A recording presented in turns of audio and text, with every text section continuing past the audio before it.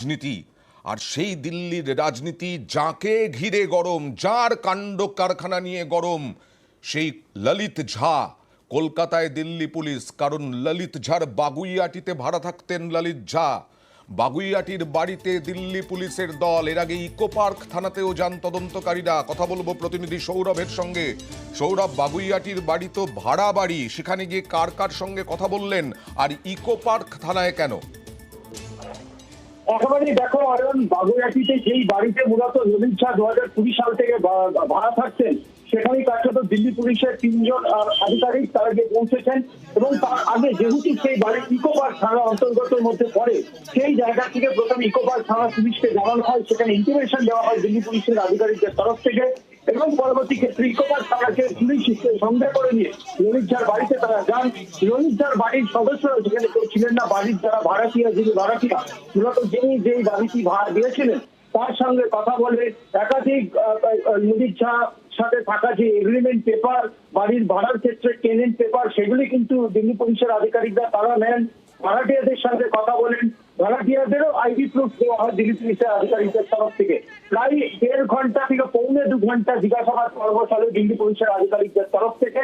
এবং সেখান থেকে একাধিক গুরুত্বপূর্ণ নথিপত্র, সেই বাড়ি সংক্রান্ত, ললিত ঝা কতদিন থাকতেন, তার পরিবারের অন্যান্য সদস্য অর্থাৎ তার মা এবং তার দাদা সম্পর্কিত সামগ্রিক যে তথ্য, সেই তথ্য কিন্তু ভাড়াটিয়ার কাছ থেকে নিয়েছে দিল্লি পুলিশের 3 জন বিশেষ আধিকারিক, দিল্লি পুলিশের স্পেশাল সেলের। আর ইকো পার্ক থানায় একেবারেই দেখো, যেহেতু ললিত ঝা যে বাড়িতে হাতিয়ারাতে ভাই থাকেন, সেই থানার জুরিসডিকশন ইকো পার্ক থানা, সেই জায়গা থেকে ইকো পার্ক থানাকে প্রথমে ইন্টিমেশন দেওয়া হয় এবং ইকো পার্ক থানার পুলিশের এক আধিকারিককে সঙ্গে করে নিয়ে এবং 2 জন কনস্টেবলকে সঙ্গে করে নিয়ে তারা সেই বাড়িটিতে যান। গতকালে দেখা গেছিল গিরিশ পার্ক থানাতেও তারা পৌঁছেছিলেন, সেখানকার পুলিশ আধিকারিকদেরকেও সঙ্গে করে নিয়ে 218 রবীন্দ্র সরণি, যেখানে আগে ললিত ঝা ভাড়া থাকতেন, সেখানে কিন্তু তারা পৌঁছেছিলেন। অর্থাৎ ললিত ঝার রবীন্দ্র সরণির বাড়ি, সেটাও ভাড়া বাড়ি, সেখানে নাকি শিক্ষকতা করতেন, অন্যদিকে পড়াতেন। অন্যদিকে এই ললিত ঝা বাগুইয়াটিতে থাকতেন ভাড়ায়, সেখানেও দিল্লি পুলিশ। বিনীত গোয়েল, কলকাতার পুলিশ কমিশনার, কি বললেন দেখুন। আমরা এই ব্যাপারে নজর রাখছি, ওদের সঙ্গে what ever support is required, we are providing necessary support to them. যা প্রয়োজন হবে সেটা আমরা ওদের সঙ্গে শেয়ার করব।